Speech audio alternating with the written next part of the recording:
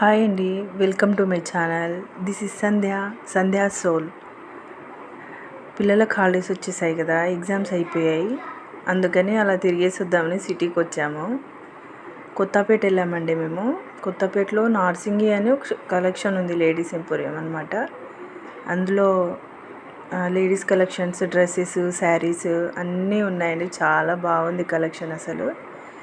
పిల్లలు చూడండి, మా షాపింగ్ ఏమో కానీ పిల్లలు బాగా ఎంజాయ్ చేస్తారు. అసలు ఎటన్నా వెళ్ళినామంటే అసలు వాళ్ళ అల్లరే ఆగదు.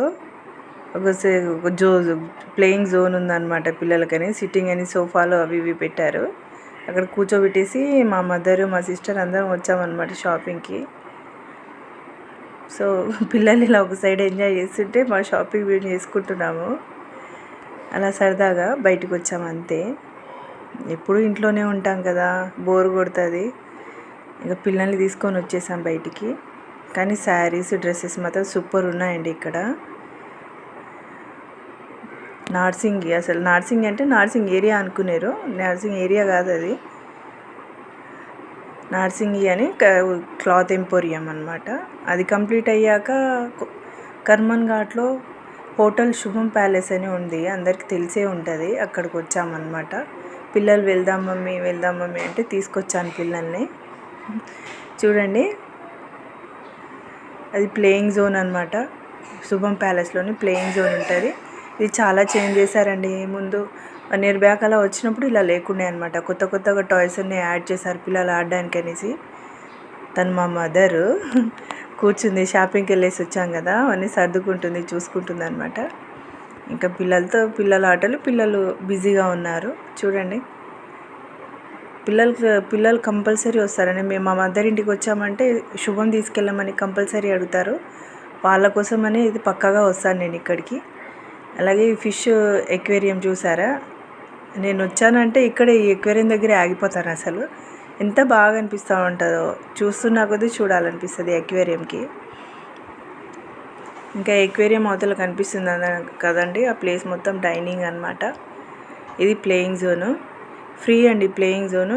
ఇంకెవరైనా ప్లాన్ చేయాలి అనుకుంటే ఇలా శుభంకి వచ్చేయండి. పిల్లలతో పాటు మీరు కూడా ఎంటర్టైన్ అవుతారు బాగా.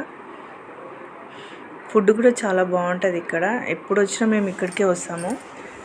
చాలా ప్లేసెస్ ఉండొచ్చు హైదరాబాద్లో, కానీ మాకు తెలిసిన మా నియర్ బై ప్లేస్ అయితే ఇదే అనమాట. సో అందుకే ఇక్కడికే వస్తాము.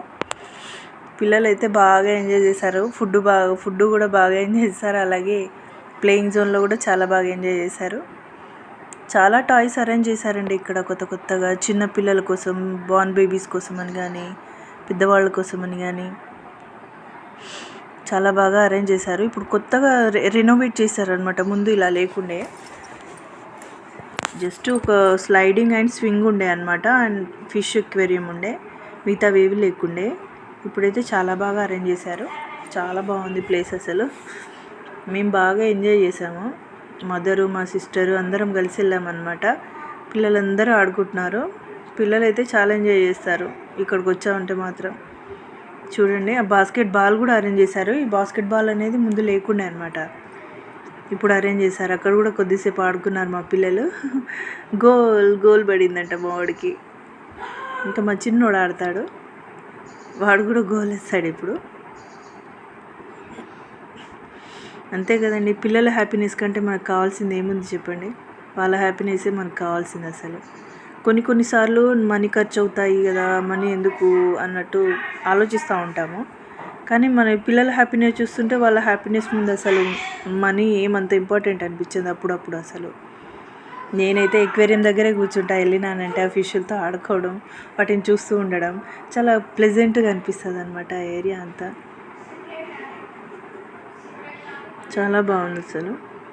ఇంకా ఆడుకుని పిల్లలు బాగా ఎంజాయ్ చేశాక మా కోతిగాడు చూడండి అసలు ఇట్లా జంప్ చేస్తున్నాడు.